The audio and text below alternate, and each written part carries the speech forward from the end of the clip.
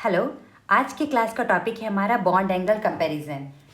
इससे पहले की क्लास में हमने क्या देखा था कि जब एटम और दूसरे एटम मिलके जो मॉलिक्यूल्स बनाएंगे तो वो कैसे 3D में या 2D में कैसा उसका स्ट्रक्चर होगा, अगर लोन पेयर है तो कैसा उसका शेप होगा। जब बनने के बाद जैसे ही बन गया, मान लेते हैं इसका वी शेप है तो इसका बॉन्ड एंगल कितना होगा एग्जैक्ट नहीं भी पता है तो कंपैरिजन करेंगे, इसका भी वी शेप है इसका भी वी शेप है तो इन दोनों की वी शेप में से किसका बॉन्ड एंगल ज़्यादा है, θ1 θ2 के बीच में कंपैरिजन। अगर हमने लिया BeCl2 वाला, इसका शेप हमें पता है, इसका एंगल और CH4 के बीच में एंगल का रिलेशन, किसका एंगल ज़्यादा है किसका एंगल कम है, ये सारा टॉपिक, ये सारे क्वेश्चन किसके अंदर आएंगे, बॉन्ड एंगल कंपैरिजन में। हम लोग क्या करेंगे, पहले थ्योरी पढ़ेंगे, क्लास के एंड में कुछ क्वेश्चन दिए जाएंगे, आपको उसको सॉल्व करना है, पॉज करके फिर आंसर को मैच करना है, फिर बताना है कि आपके कितने सही हुए कितने गलत हुए। स्टार्ट करें। ओके, बॉन्ड एंगल कंपैरिजन में सबसे पहले आप क्या चेक करेंगे, हाइब्रिडाइजेशन। अगर हाइब्रिडाइजेशन सेम है तब हमें और सोचना पड़ेगा। अगर हाइब्रिडाइजेशन डिफरेंट हुआ यानी हाइब्रिडाइजेशन ही बता दे रहा है, अलग अलग आ रहा है, जैसे एग्जांपल एक का हाइब्रिडाइजेशन है sp और दूसरे का क्या है sp2 sp3। अगर हाइब्रिडाइजेशन अलग है तो बेस्ड ऑन द हाइब्रिडाइजेशन हम इनका बॉन्ड एंगल कंपेयर कर सकते हैं। ठीक है, देखेंगे किसका बॉन्ड एंगल ज़्यादा होगा। अगर आपको आइडिया है तो क्या था, sp का बॉन्ड एंगल 180 डिग्री, sp2 120, इसका 109.5 डिग्री। तो किसका बॉन्ड एंगल ज़्यादा हुआ, अभी हम आगे देखेंगे, डोंट वरी। अगर ये समझ में नहीं आ रहा है तो कोई बात नहीं, समझते चलेंगे, डोंट गिव अप। अगर हाइब्रिडाइजेशन सेम आ रहा है, मान लेते हैं दो कंपाउंड दे रखा है, दोनों का हाइब्रिडाइजेशन sp3 है, दोनों का अगर सेम आ रहा है तब क्या चेक करेंगे, उसमें सेकंड क्राइटेरिया है लोन पेयर। लोन पेयर को देखेंगे, लोन पेयर है या नहीं। अगर लोन पेयर नहीं है तो इसका मतलब है कि जो गिवन है सबके बीच में बॉन्ड एंगल क्या होगा, सेम।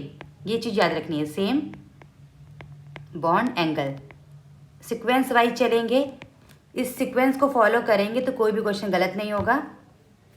अगर फॉलो नहीं करेंगे तो इसको उसे मिक्स नहीं करना है। सबसे पहले चेक करेंगे हम लोग हाइब्रिडाइजेशन। हाइब्रिडाइजेशन अगर डिफरेंट है तो इसी से आ गया, अगर सेम है तो देखेंगे लोन पेयर। लोन पेयर है या नहीं, नहीं है तो सेम। लोन पेयर अगर है तब क्या देखेंगे, अब लोन पेयर के नंबर, लोन पेयर का नंबर है तो कितने नंबर है, नंबर ऑफ लोन पेयर्स। अगर number of lone pair different है तो लोन पेयर से पता चल गया जिसके ज़्यादा होगा उसके हिसाब से हम कर पाएंगे, डिफरेंट है and lone pair will be the deciding factor या डिसाइडिंग क्राइटेरिया। अगर लोन पेयर भी सेम आ गया, हाइब्रिडाइजेशन भी सेम और लोन पेयर के नंबर भी सेम, तब क्या करेंगे, फिर हमें और कुछ सोचना पड़ेगा। तब क्या सोचेंगे, इलेक्ट्रोनेगेटिविटी ऑफ सेंट्रल एटम, यानी जो सेंटर एटम है बीच में, जैसे ऑक्सीजन पानी का ले लेते हैं केस, H2O ऑक्सीजन है, दूसरा है सल्फर ले लिया, सेंटर एलिमेंट या सेंटर एटम अलग है तो सेंटर एटम के बेस पे हम उसका बॉन्ड एंगल कंपेयर कर सकते हैं। तो क्या देखेंगे, electronegativity of centre atom, centre atom का इलेक्ट्रोनेगेटिविटी डिफरेंट है तो ये क्राइटेरिया हो जाएगा। अगर सेम आ गया तो हमें क्या देखना पड़ेगा, साइज ऑफ टर्मिनल एटम। दोबारा देखो फ्लो चार्ट, हाइब्रिडाइजेशन बोलो 3 बार बोलो, प्रैक्टिस जितना करोगे उतना क्लियर होगा।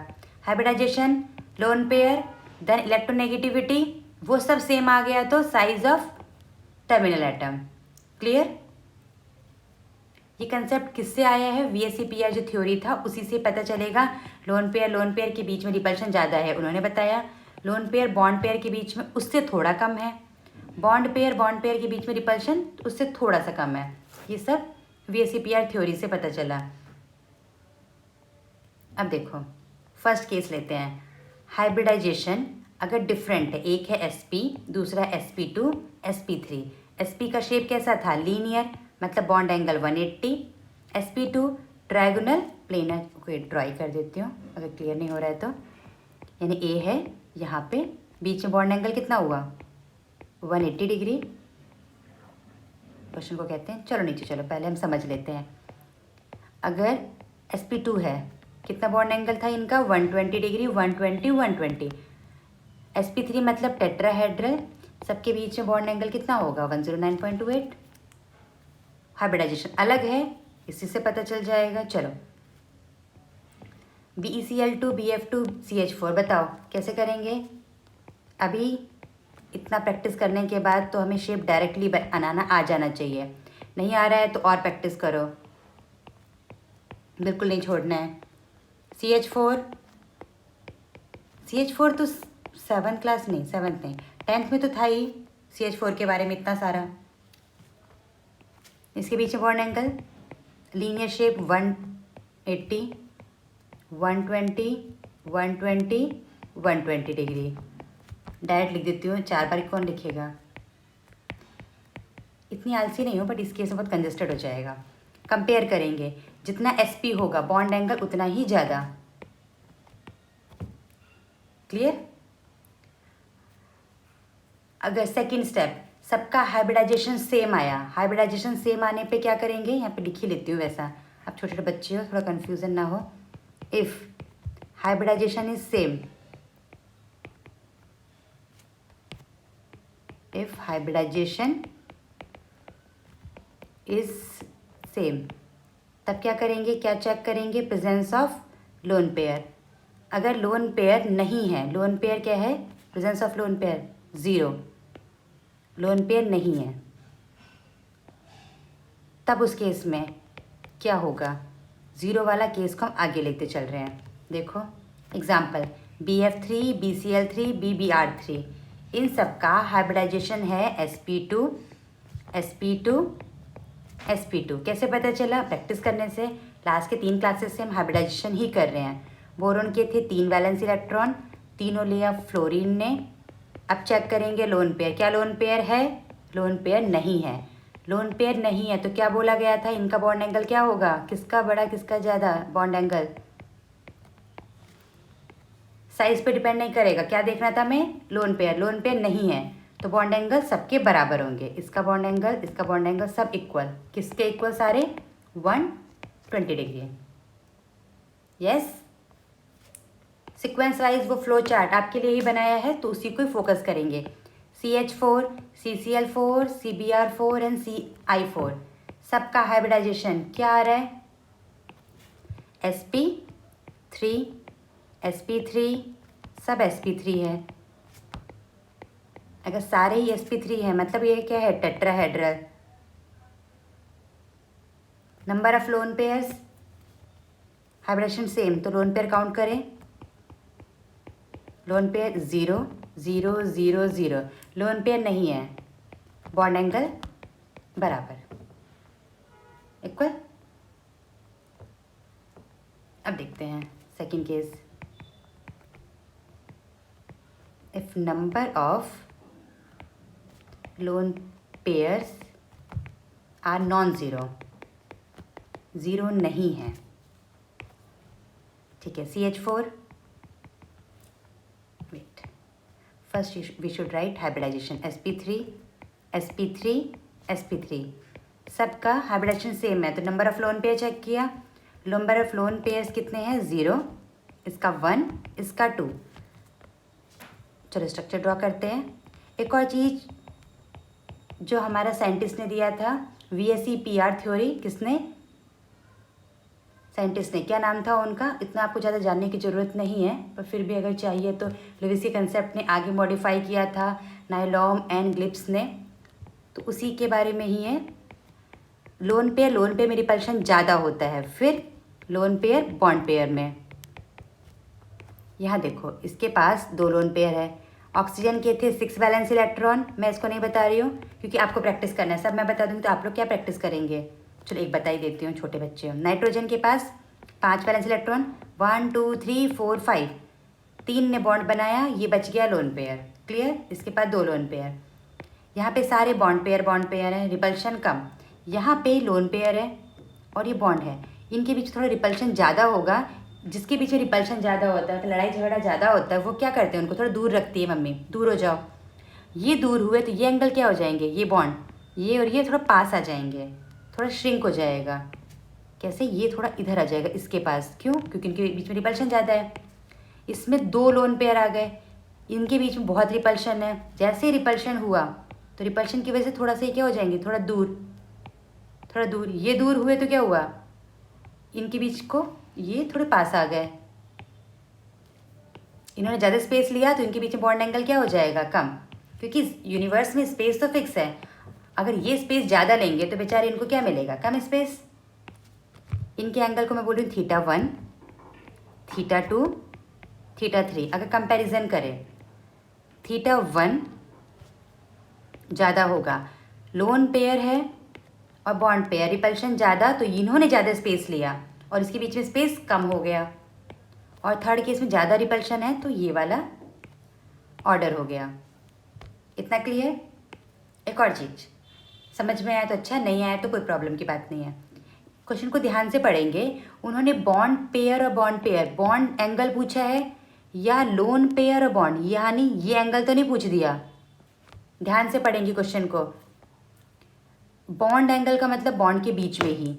कई बार होता है क्वेश्चन में lone pair and bond pair, यानी ये वाला एंगल, ये एंगल तो बढ़ जाएगा क्योंकि ये एंगल कम हो गया। क्लियर। एक मिनट, इनका हम बॉन्ड एंगल भी लिख लेते हैं, जो थियोरेटिकल डेटा है, आपको पता भी नहीं होना चाहिए, प्रैक्टिस करने से आ जाएगा। कहीं कितना याद रखेंगे, याद रखेंगे तभी तो। चलो, CH4 शेप कैसा था बोलो, टेट्राहेड्रल।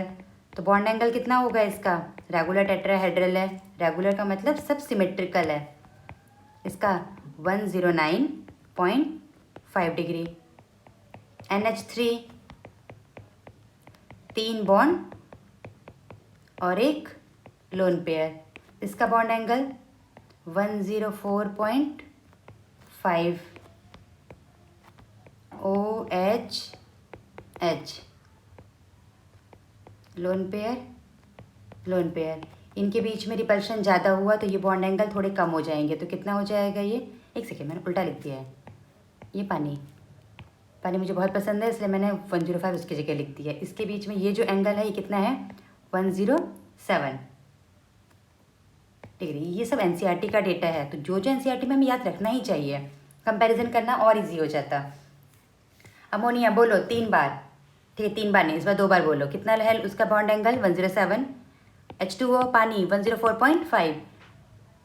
इतना याद नहीं हो रहा तो 104 ही बोल दो, ठीक है। कैसे चेक किया, हाइब्रिडाइजेशन सेम आया, फिर number of lone pair check किया। नंबर ऑफ लोन पेयर इसमें 0 है पर इसमें नॉन ज़ीरो है। जब नॉन ज़ीरो है तो क्या कंडीशन आ गया हमारा, bond angle is inversely proportional to the number of lone pair. Lone pair अगर ज़्यादा है, ज़्यादा आया तो बॉन्ड एंगल कम हुआ, तो lone pair and bond pair के बीच में इनवर्सली रिलेशन है। क्लियर। अब आते हैं थर्ड पॉइंट। थर्ड पॉइंट क्या बोलना चाह रहा है, थर्ड पॉइंट ये बोल रहा है कि देखो H2O एंड H2S, इनका हाइब्रिडाइजेशन भी सेम आया। नंबर ऑफ लोन पेयर, इसके पास भी 2 लोन पेयर, इसके पास भी 2 लोन पेयर है। बेचारा एक बच्चा परेशान हो गया कि अब इसका कैसे निकालेंगे इसमें बॉन्ड एंगल कंपैरिजन। तो आप क्या बोलोगे, हमें पता है, क्या पता है, चेक करेंगे इलेक्ट्रोनेगेटिविटी। कौन सा फैक्टर आएगा अब third, electronegativity of central atom. ध्यान रखेंगे जो जो टर्म बोला जाएगा उसी को ही, सेंट्रल एटम। यहाँ पे ऑक्सीजन है और वहाँ पे सल्फर है। अब सल्फर ऑक्सीजन में से कौन इलेक्ट्रोनेगेटिव है, आप बोलेंगे बुद्धू नहीं पता आपको, FON सबसे इलेक्ट्रोनेगेटिव कौन है, फोन से ही पढ़ाई हो रही है पूरे, हम फोन कैसे भूल गए। Fluorine, oxygen, nitrogen. ऑक्सीजन बहुत इलेक्ट्रोनेगेटिव है, बाद में सल्फर वल्फर का नंबर आएगा। अभी oxygen sulphur, which is more electronegative, oxygen. अगर इलेक्ट्रोनेगेटिव ऑक्सीजन है तो क्या करेगा, अब देखो हाइड्रोजन और ऑक्सीजन के बॉन्ड के इलेक्ट्रॉन ऑक्सीजन अपनी तरफ खींच लेगा। क्यों खींचेगा, क्योंकि वो इलेक्ट्रोनेगेटिव है। इलेक्ट्रोनेगेटिव का मतलब ये है कि वो इलेक्ट्रॉन का प्यासा है, खींच लेगा, बहुत भूखा है। जब इलेक्ट्रॉन इसके पास आ जाएंगे तब क्या होगा, इन दोनों के बीच में इलेक्ट्रॉन जो आए हैं उनमें रिपल्शन ज़्यादा हुआ। इलेक्ट्रॉन में रिपल्शन ज़्यादा है तो ये थोड़ा सा क्या हो जाएगा, स्ट्रेच हो जाएगा। दोबारा देखो, लोन पेयर दोनों में सेम है, हाइब्रिडाइजेशन सेम है, जो डिफरेंट है उस पर फोकस करते हैं। क्या डिफरेंट है, इलेक्ट्रोनेगेटिविटी। ऑक्सीजन इलेक्ट्रोनेगेटिव ज़्यादा है, जहाँ बॉन्ड बने हैं उस इलेक्ट्रॉन को भी अपनी तरफ खींचा जा रहा है।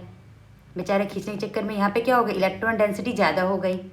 इस इलेक्ट्रॉन और इस इलेक्ट्रॉन के बीच में क्या हुआ, बॉन्ड के इलेक्ट्रॉन और बॉन्ड के इलेक्ट्रॉन के बीच में रिपल्शन ज़्यादा। क्या लिख देती हूँ, ये क्या लिख दिया मैंने, बॉन्ड, हाँ, बॉन्ड बॉन्ड इलेक्ट्रॉन्स के बीच में भी क्या स्टार्ट हो गया, रिपल्शन। तो रिपल्शन हुआ तो ये थोड़ा सा एंगल बड़ा हो गया, तो ये 104 है, पता ही है पानी का, और H2S इसका है 92.3। तो क्या समझ में आया, इलेक्ट्रोनेगेटिव एलिमेंट जितना ज़्यादा होगा उसका बॉन्ड एंगल ज़्यादा। डायरेक्टली नहीं, हम सीक्वेंस वाइज चल रहे हैं, ध्यान रखेंगे। यहाँ पे ये रहा, जितना इलेक्ट्रोनेगेटिव उसके पास इलेक्ट्रॉन ज़्यादा आ गया, इलेक्ट्रॉन इलेक्ट्रॉन में रिपल्शन ज़्यादा तो बॉन्ड एंगल ज़्यादा। This is our relation.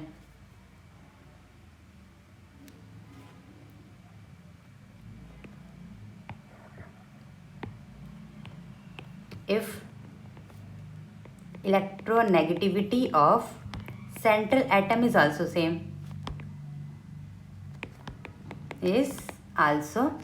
अगर वो भी सेम हो गया, अब क्या करें भैया, अब देखेंगे size of terminal atom. Terminal का मतलब है जो इससे अटैच है। ऑक्सीजन से क्या अटैच है, फ्लोरीन, ऑक्सीजन से क्या अटैच है, क्लोरीन। अब इनके देखेंगे साइज क्या होंगे। ऑक्सीजन, इन सब का हाइब्रिडाइजेशन क्या है, सबको सीक्वेंस वाइज, क्योंकि एक क्वेश्चन आएगा वो गलत नहीं करना है, चाहे नीट हो या जेई हो, मेंस हो, एडवांस हो, क्वेश्चन है गलत तो होना ही नहीं चाहिए। इतना इजी से गलत करोगे तो फिर बहुत गलत बात। sp3 number of lone pair 2, इसके पास भी 2। फिर क्या देखेंगे, इलेक्ट्रोनेगेटिविटी, यहाँ भी ऑक्सीजन है, कितनी होती है ऑक्सीजन की, 3.5। डेटा याद नहीं है, कोई बात नहीं, 3.5, दोनों में क्या है, बराबर। बराबर है तो क्या देखेंगे, size of terminal atom. Fluorine and chlorine, periodic table में फ्लोरीन ऊपर है, क्लोरीन नीचे है, top to bottom size increase. Size का order, fluorine and chlorine, chlorine is larger in size. ये एटम बड़े बड़े हैं तो इनके बीच में भी क्या होगा, रिपल्शन। तो इनके बीच में रिपल्शन हुआ तब क्या करेंगे, ये थोड़ा दूर दूर हो जाएंगे। ये भारी भारी हैं, थोड़ा कहेंगे थोड़ा दूर हो जा, मुझे थोड़ा दिक्कत हो रहा है। तो क्या हो जाएगा, किसके बीच में एंगल ज़्यादा, साइज जिसका ज़्यादा होगा उसका बॉन्ड एंगल ज़्यादा। θ2 is greater than θ1। Bond angle अगर याद होते जाए तो याद करते चलो, अपने दिमाग में सब समाते चलो। ये सब हो गया हमारा बॉन्ड एंगल का कंपैरिजन।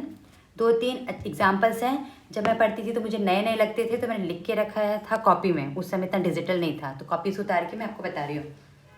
पानी याद करो 104, अमोनिया 107, कैसे भूल गए, याद करो। फ्लोरीन 103, अभी क्लोरीन का देखा ना कि इसके बीच में बढ़ गया बॉन्ड एंगल, क्योंकि इसके क्लोरीन के साइज ज़्यादा है, स्टेरिक फैक्टर है। इन सब का रीज़न हम बाद में देखेंगे। एक और है, बस लिखते चलो, SIR इफेक्ट, बहुत सारे इफेक्ट्स आएंगे जो एक्स्ट्रा के, ये NCERT में नहीं है, नीट लेवल के लिए नहीं है, जेई लेवल के लिए थोड़ा सा एडिशनल बता रही हूँ मैं। इसका बॉन्ड एंगल 10111। अब यहाँ पे क्वेश्चन है, अगर ये वाला पार्ट समझ में नहीं आया तो इग्नोर, अभी एक्स्ट्रा नॉलेज था, आया तो आया, नहीं तो हम बाद में उसको दिमाग में भर लेंगे। मॉलिक्यूल 1, 2 ये सारे हैं, इनमें आपको रिलेशन निकला है, याद करेंगे। जो भी सीक्वेंस दिया था मैं बार बार नहीं बोलूँगी, आप लोग बैक जाके दोबारा देख सकते हैं, यही फ़ायदा है डिजिटल वाले में। कितने क्वेश्चन हैं, अगर नेगेटिव चार्ज है तो कैसा बताया था, सेंट्रल एलिमेंट को इलेक्ट्रॉन दे देना है, पॉजिटिव मतलब ले लेना है, बिल्कुल वैसे ही हाइब्रिडेशन करेंगे, शेप निकालेंगे, हो जाएगा, कोई प्रॉब्लम नहीं है। 10 तक करना है, फिर मार्क्स लिखने हैं कि 10 आउट ऑफ 10 आपको कितने मार्क्स मिले, एक गलत तो -1, उसके हिसाब से माइनस मार्क्स करके कैलकुलेट करके प्लीज़ कमेंट बॉक्स में अपना आंसर बताएंगे। फिर जो गलती होगी हम नेक्स्ट क्लास में डिस्कस कर सकते हैं। आप बोलेंगे हम आंसर कहाँ पता है, यस ये रहे आपके पास आंसर्स। पहले करेंगे बाद में, नो चीटिंग, अपने आप से चीटिंग करने वाला कभी इंसान आगे नहीं जा पाता। तो आप तो अच्छे बच्चे हैं, नो चीटिंग। यहाँ तक क्लियर, कोई प्रॉब्लम होगा तो बताएंगे, जिससे हम दोबारा कोशिश करें आपको समझाने का। Thank you, stay safe.